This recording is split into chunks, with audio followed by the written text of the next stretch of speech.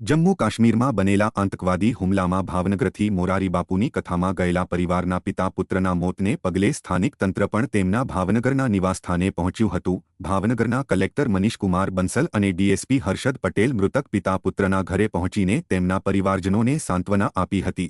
જો કે આ પિતા પુત્રના મોતને લઈને ભાવનગર શહેરમાં પણ આક્રોશ જોવા મળી રહ્યો છે। ભાવનગરના ડીએસપી હર્ષદ પટેલે જણાવ્યું હતું કે મૃતદેહો ભાવનગર લાવવામાં આવી રહ્યા છે ત્યારે તેમને ટ્રાફિકની કોઈ સમસ્યા ન થાય અને મૃતદેહો વિના વિઘ્ને તેમના નિવાસસ્થાન સુધી પહોંચી જાય અને તેમના પરિવાર દ્વારા નક્કી કરે તે મુજબ અંતિમયાત્રા નીકળે તે સહિતના પોલીસ બંદોબસ્તનું આયોજન કરાયું છે।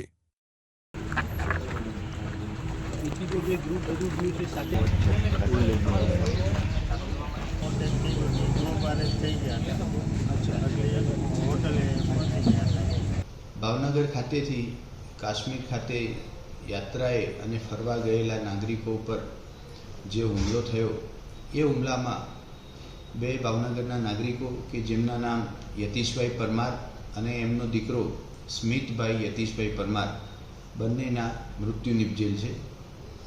આ બંને મૃતકના ડેડ બોડી આજે સાંજ સુધીમાં મુંબઈ અને ત્યાંથી સીધા ભાવનગર કે વાયા અમદાવાદ ભાવનગર ખાતે પહોંચે એવી શક્યતાઓ રહેલી છે।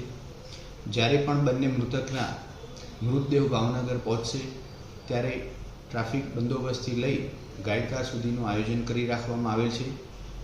કોઈપણ વિઘ્ન વગર બંને મૃતકના ડેડ બોડી એમના નિવાસસ્થાને પહોંચે ત્યારબાદ સ્વજનો દ્વારા જે જગ્યા અને જે સમય નક્કી કરવામાં આવે અંતિમ સંસ્કાર માટે ત્યાં જતી વખતે તમામ પ્રકારનો પોલીસનો બંદોબસ્ત યોગ્ય રીતે ગોઠવાય એ પ્રમાણેનું આયોજન કરી દેવામાં આવેલું છે।